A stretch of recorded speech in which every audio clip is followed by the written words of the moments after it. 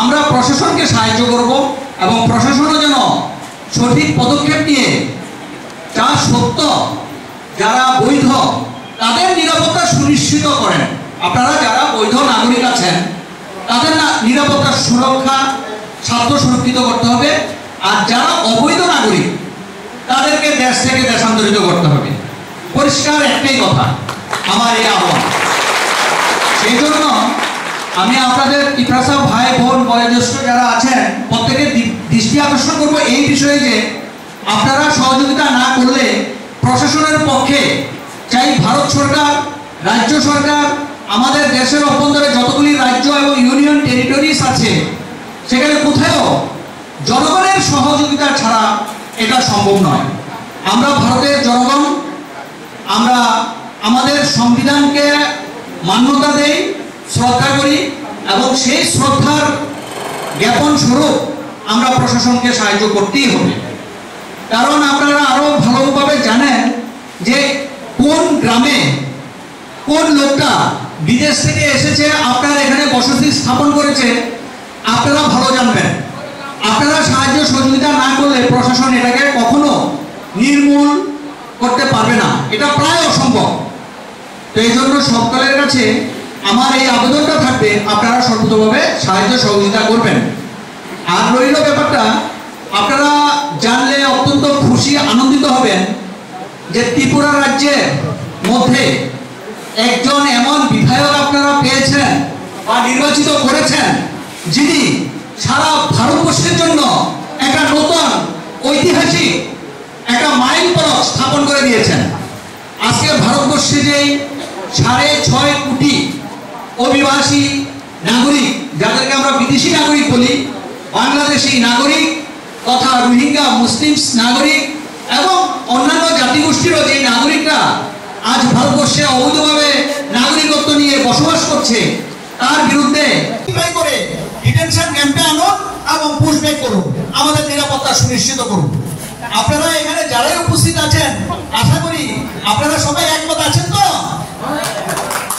তাহলে বিধায়কের জন্য একবার হাততালি দেওয়া যায় সমর্থন স্বরূপ।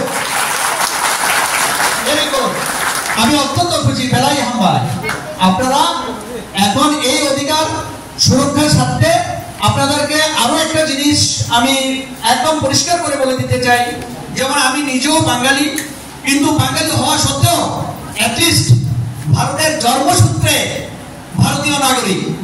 আমাদের মধ্যেও যারা অবৈধ নাগরিক আছে আমরাও তাদের বিরুদ্ধে প্রতিবাদ প্রতিরোধ গড়ে তুলছি এবং আমরা তাদের দেশ থেকে দেশান্তরিত করেই ছাড়বো। কারণ আমাদের মুখ্য উদ্দেশ্য জাতিগত নয়, ধর্মগত বিভেদ নয়। আমাদের মূল উদ্দেশ্য আমরা সংবিধানের নীতি নির্ধারিকা মতো আমরা চলব, আমরা দেশের সার্বভৌমত্ব আভ্যন্তরীণ নিরাপত্তা সুনিশ্চিত করব। এটাই হলো আমাদের মূল অঙ্গীকার, মূল লক্ষ্য। সুতরাং এই লক্ষ্য থেকে কেউ বিচ্যুত হওয়ার কোনো অধিকার নেই এবং এটা থাকাও কাম্য নয়। জাতি ধর্ম বর্ণ নির্বিশেষে আমাদের মূল এজেন্ডা একটাই, বৈধ নাগরিক বনাম অবৈধ নাগরিক। আর এটাই হলো দ্বৈত নাগরিকত্বের একটা বিশেষ লক্ষণ।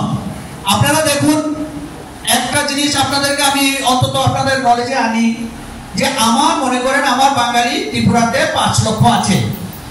এর মধ্যে যদি 2 লক্ষ অবৈধ নাগরিক থাকে, অবৈধ নাগরিক, তারা আমার চাকরির সুযোগ সুবিধা কেড়ে নিচ্ছে, আমার পড়াশোনার সুযোগ সুবিধা কেড়ে নিচ্ছে। হসপিটালে গেলে পরে অবৈধ নাগরিক যদি 3টা সিট দখল করে রাখে, তাহলে আমার একটা বৈধ নাগরিক তার সমস্ত সুযোগ সুবিধা বা সিটটা পাবে না। তাহলে শিক্ষা, স্বাস্থ্য, বাড়িঘর নির্মাণ, শৌচালয় নির্মাণ, যেটাই বলেন যাই বলেন, রাজনৈতিক সুযোগ সুবিধা, জমির অধিকার, সমস্ত কিছুর অধিকার বঞ্চিত করছে কারা? অবৈধভাবে অনুপ্রবেশকারী যে সমস্ত নাগরিক ভারত ভূখণ্ডে আজ আছে, ত্রিপুরা রাজ্যে আছে, তারা আমাদের অধিকার কেড়ে নিচ্ছে। সেইভাবে আপনাদের মতো যারা যারা অবৈধ নাগরিক তারাই আপনাদের সুযোগ সুবিধা একটা বিরাট অংশে কেড়ে নিচ্ছে। সুতরাং এখানে কোন স্বজনপ্রীতি বা কোন ধরনের জাতি ধর্ম বর্ণ এই সমস্ত স্বজন পোষণ আপনারা যেন না করেন, সেজন্য আমার বিনীতভাবে অনুরোধ এবং আবেদন থাকবে। কারণ আরো একটা জিনিস সবচেয়ে যেটা ভয়াবহ, দেখুন, আপনারা একটা জিনিস খুব পরিষ্কারভাবে অবগত হওয়া দরকার যে আগে একটা সময় বিদেশি নাগরিক বাংলাদেশ থেকে এদেশে যখন আসতেন, আমরা অনেকটাই নমনীয় মনোভাব নিতাম যে আচ্ছা চিকিৎসার জন্য এসেছে, তারা থাকুক, তারা শিক্ষার জন্য এসেছে, শিক্ষা শেষ হলে করে যাবে, ঠিক আছে থাকুক। কিন্তু আজকের দিনে সেই জিনিসটা আর নেই। কেন কি?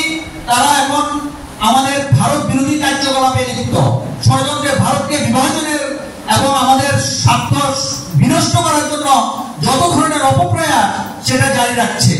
কারণ যেই বাংলাদেশ মানে তৎকালীন পূর্ব পাকিস্তান স্বাধীন করার জন্য আমাদের ভারতীয় সৈনিকরা তার রক্ত দিয়েছে, জীবন দিয়েছে, বাংলাদেশের অনেক মা বোনেরা, বাংলা ভাষী মা বোনেরা তাদের ইজ্জত দিয়েছে, দিতে হয়েছে পাকিস্তানি পাঠানদের হাতে। কিন্তু আজকে সেই পাকিস্তান স্বাধীনতা পাওয়ার পর এখন আমাদের বিরুদ্ধে আওয়াজ তোলে। পাহেলগাম ইনসিডেন্ট পর ভারত পাকিস্তানের যে আবার যুদ্ধকালীন পরিস্থিতি, তখন দেখা গেল বাংলাদেশ আমাদের সেই ঋণ, রক্তের ঋণ, জীবনের ঋণ মূল্য সব ভুলে গেছে, তারা এখন পাকিস্তানের দোসরদারি করে। তো সুতরাং যেই বাংলাদেশের লোক আজ আমাদের এখানে অনুপ্রবেশকারী ভাবে ঢুকছে, তাদের মধ্যে একটা বিরাট অংশ আততায়ী, এবং তারা যে কোনো সময় এই খবরাখবরের মাধ্যমে আপনার রাজ্যে আজকে সেখানে 26 জন নাগরিক মারা গেছে, কালকে আমার ত্রিপুরাতে 500-5000 লোক যে মারবে না, তার কি নিশ্চয়তা, তার কি গ্যারান্টি? আপনারা নিশ্চয়ই এই নিরাপত্তা চান? আপনারা চান তো নাকি? সুতরাং এই নিরাপত্তা চাইতে গেলে আপনাদেরকে বিধায়কের সঙ্গে সমান তালে, বিধায়ক যেভাবে এই আজকের এই বৃষ্টি দুর্যোগ উপেক্ষা করেও আগরতলার মতো জায়গা থেকে অনেক সরকারি কর্মচারী অফিসে যায়নি, অনেক কর্মী তার কাজে যায়নি, অনেক গাড়ি ড্রাইভার তার গাড়ি নিয়ে বাড়িতে বসে আছে, কিন্তু আপনারা দেখতে পাচ্ছেন যে বৃষ্টি হোক, তুফান হোক, বর্ষা হোক আর ঝঞ্ঝা হোক, বিধায়ক আপনাদের কাছে আছে, আসে, এসেছে। সুতরাং এই জন্য বিধায়কের নিশ্চয়ই আপনাদেরকে ধন্যবাদ যোগ্য। এবং যে সমস্ত আমাদের শ্রদ্ধেয় স্যারেরা এসেছেন, আপনাদেরকে সহযোগিতা করেছেন, আপনাদের ডাকে আমন্ত্রণে সাড়া দিয়ে আপনাদের সামনে এসেছেন, কথা বলবেন, মূল্যবান কথা বলবেন। আমি আর বিশেষ বক্তব্য এখানে দীর্ঘায়িত করব না, অনেক মূল্যবান বক্তারা আছেন, মূল্যবান বক্তব্য রাখবেন, আপনারা এগোবেন। তবে সবার জন্য আমরা একটাই কথা রাখবো, আপনারা বিদেশি অনুপ্রবেশকারীদের শনাক্ত করুন, প্রশাসনের হাতে তুলে দিন, আর সরকার তার ব্যবস্থা নেবে। আর সরকার ব্যবস্থা না নিলে আমাদের একজন বিধায়ক, একজন মন্ত্রীও যদি এই রাজ্যে কথা না বলে, তো কোন ধরনের স্বার্থ বা কোন ধরনের কিছু ছাড়াও যদি এই রাজ্যে একজন বিধায়ক আপনারা আওয়াজ তুলে, সেটা হলো 24 লক্ষ টাকার বিধানসভার বিধায়ক মাননীয় রঞ্জিত মহোদয়। সুতরাং রঞ্জিত মহোদয়কে আপনারা শক্তিশালী করুন, আপনাদের মতামত দিয়ে সাহায্য করে, সহযোগিতা করে আগান, তাহলে রাজ্যের বিধানসভার ভিতরে বাইরে সর্বত্র ওনার